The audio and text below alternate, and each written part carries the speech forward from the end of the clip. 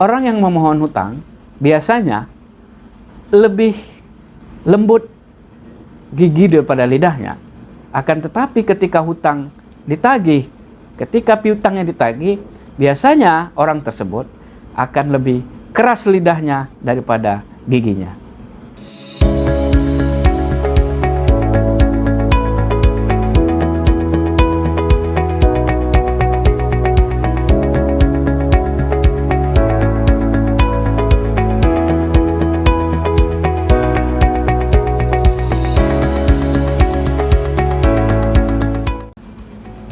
Assalamualaikum warahmatullahi wabarakatuh. Saya Rais Hasan Piliang dari TA dan RHV Law Firm. Pada kesempatan ini akan menyampaikan kepada masyarakat tentang gugatan sederhana. Semoga ini bisa menjadi tambahan literasi dan wawasan hukum kita tentang penegakan hukum dan dunia peradilan terkini.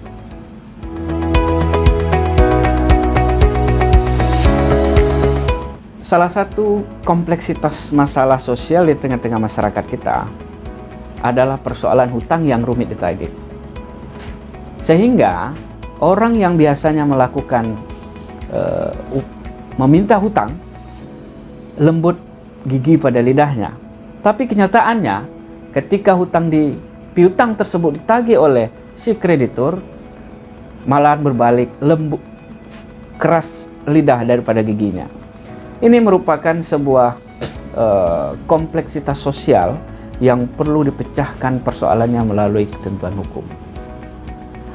Di dalam ketentuan hukum kita, segala sesuatu yang terjadi di dalam pengadilan, segala sesuatu yang dibawa kepada ranah pengadilan, ada gium menyebut, apabila hilangnya seekor kambing, ruginya mengembalikan hilangnya seekor kambing, ruginya 10 ekor kerbau. Ini merupakan sebuah fenomena hukum yang perlu ada sebuah terobosan untuk menjawabnya. Maka dari itu, Mahkamah Agung di dalam ketentuan perundang-undangannya mensyaratkan adanya penyelesaian perkara yang diajukan ke pengadilan, adanya syarat untuk melakukan gugatan sederhana, cepat, dan biaya ringan. Maka, kehadiran Peraturan Mahkamah Agung Nomor 2 Tahun 2015 yang sebagaimana telah diubah menjadi Peraturan Mahkamah Agung Nomor 4 Tahun 2019 merupakan solusi terhadap bagian terkecil problematika di tengah masyarakat tentang persoalan tagih-menagih hutang. Kalau kita melihat Peraturan Mahkamah Agung Nomor 2 2015 yang berkaitan dengan gugatan tata cara mengajukan gugatan sederhana, ini merupakan sebuah solusi bagaimana kita untuk mengupayakan hutang atau piutang kita bisa lakukan gugatan ke pengadilan umum. Di dalam ketentuan Perma Nomor 2 Tahun 2015, sebelumnya jumlah kerugian yang diatur di dalam ketentuan tersebut hanya 200 juta. Tetapi Mahkamah Agung melihat adanya kompleksitas masalah di tengah-tengah masyarakat kita, sehingga Mahkamah Agung meningkatkan nilai kerugian tersebut yang sebelumnya 200 juta. Sekarang Mahkamah Agung membuat kerugian itu yang bisa diajukan melalui gugatan sederhana, yaitu 500 juta ke bawah. Sehingga ini merupakan salah satu upaya yang dapat ditempuh oleh masyarakat tentang pengembalian piutang antara subjek hukum. Adapun yang menjadi kewenangan pengadilan pada gugatan sederhana ini adalah yang dimiliki oleh pengadilan umum atau pengadilan negeri. Pemeriksaan yang dilakukan oleh pengadilan negeri ini bersifat final, tidak ada upaya hukum baik banding maupun kasasi. Sehingga di mana gugatan sederhana itu dimasukkan, disitulah berakhirnya proses pemeriksaan terhadap gugatan sederhana tersebut. Contoh, ketika kita mengajukan di Pengadilan Negeri Pekanbaru, maka Pengadilan Negeri Pekanbarulah yang pertama dan terakhir yang memeriksa terhadap gugatan sederhana tersebut. Gugatan sederhana yang sudah saya jelaskan tadi memiliki syarat-syarat tertentu yang sebagaimana syarat ini layak diketahui oleh publik sebelum dia melakukan gugatan atau upaya hukum ke pengadilan. Yang menjadi syarat dari gugatan sederhana yang pertama adalah gugatan hanya dapat diajukan di pengadilan umum yang nilai kerugiannya, nilai gugatan materialnya itu 500 juta ke bawah. Apabila gugatan itu nilai kerugian materialnya di atas 500 juta, maka dia tidak dapat disebut sebagai gugatan sederhana dan tidak dapat diperiksa sebagai layaknya gugatan sederhana. Yang kedua, tentang domisili hukum para pihak. Yang mana pada gugatan sederhana ini diatur dalam Peraturan Mahkamah Agung nomor 2 tahun 2015 itu, yang bisa mengajukan gugatan sederhana adalah penggugat dan tergugat berada dalam wilayah hukum yang sama. Definisi wilayah hukum yang sama ini adalah berada dalam wilayah pengadilan negeri yang sama.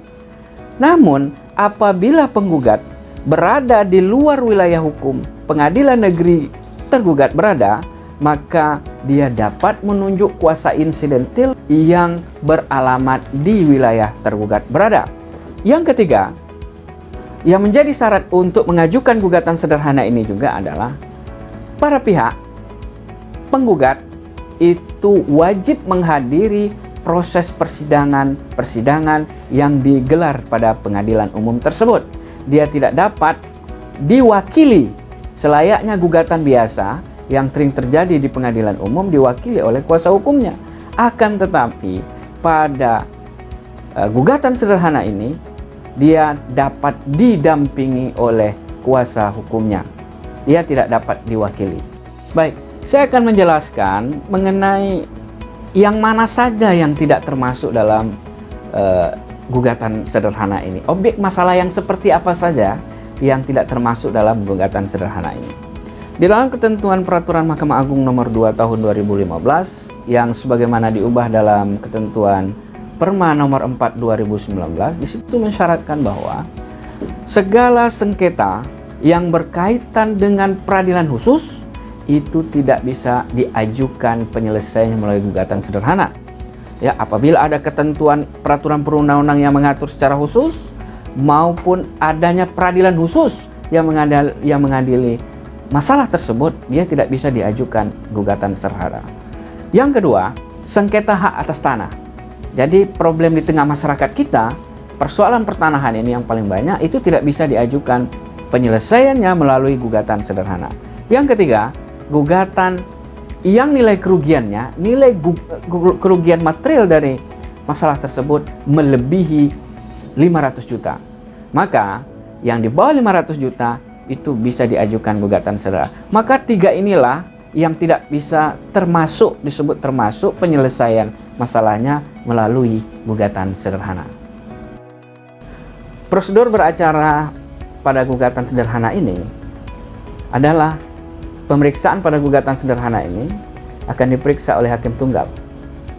Ya, tahapan penyelesaiannya seperti layaknya seseorang melakukan pendaftaran kepada pengadilan.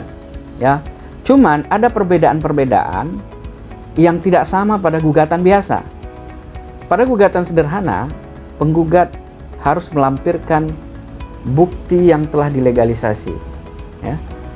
Pemeriksaan terhadap gugatan itu dilakukan oleh penmut, pemeriksaan pendahuluan. Apabila pengadilan beranggapan bahwa terhadap objek gugatan tersebut bukan masuk dalam ranah gugatan sederhana, maka pengadilan dapat mencoret karena ada pemeriksaan pendahuluan. Setelah itu, pengadilan akan menetapkan hari sidang, pemeriksaan sidang pertama, karena gugatan sederhana ini, tenggang waktunya diatur dalam hukum acaranya, itu sangat terbatas. Harus selesai dalam 25 hari semenjak hari pertama gugatan itu diperiksa. Sehingga, tenggang waktu ini merupakan sebuah solusi dari problem yang terjadi dalam setiap orang yang melakukan gugatan ke pengadilan hari ini. Biasanya gugatan bisa mencapai berbulan-bulan, tetapi dalam gugatan sederhana hanya membutuhkan waktu 25 hari semenjak dia diperiksa oleh pengadilan tingkat pertama harus putus.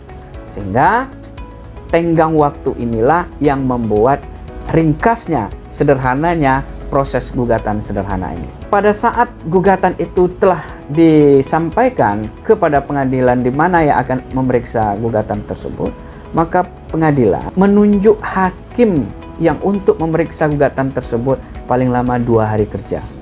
Nah, sehingga proses tahapan pendaftaran, proses tahapan penomoran itu tidak membutuhkan waktu lama. Sehingga para pencari keadilan, para pencari kepastian hukum akan cepat mendapatkan kepastian hukum dari solusi dari problem masalah-masalah yang sedang dihadapinya. Dalam gugatan sederhana ada mengatur tentang pemanggilan dan kehadiran para pihak.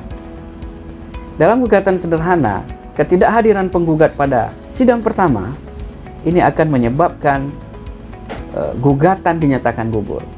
Nah, dalam gugatan sederhana ini juga diminta keseriusan penggugat dalam proses gugatannya berjalan. Namun, apabila tergugat tidak hadir pada panggilan pertama, maka dia akan dipanggil lagi untuk panggilan kedua untuk bisa memenuhi kehadirannya.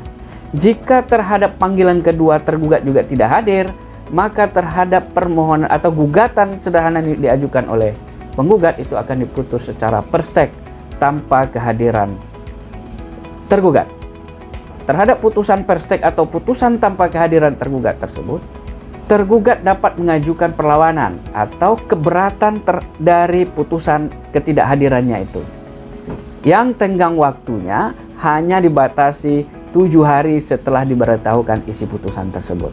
Atau segera setelah putusan diucapkan, hakim wajib memberitahukan kepada para pihak untuk mengajukan upaya hukum berupa keberatan terhadap putusan itu. Terhadap putusan gugatan sederhana ini, itu tidak diatur banding maupun kasasi, tapi upaya hukum dari putusan gugatan sederhana ini adalah keberatan, yang mana keberatan ini diajukan kepada Ketua Pengadilan Negeri di mana gugatan tersebut diputus.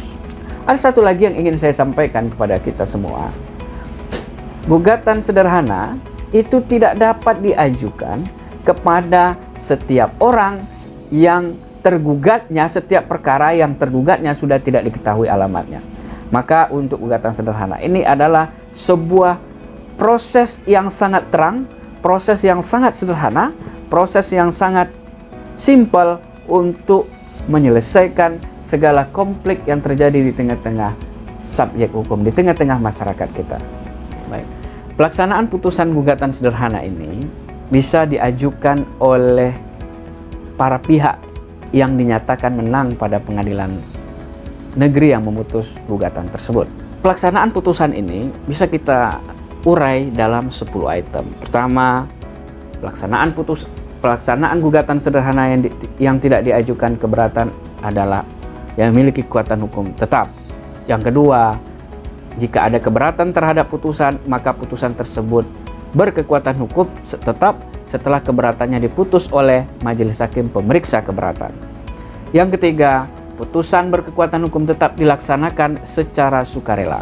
Jika tidak dilaksanakan secara sukarela, maka berlaku ketentuan hukum acara perdata. Pihak yang menang dapat mengajukan permohonan eksekusi pada pengadilan negeri yang memutus gugatan tersebut.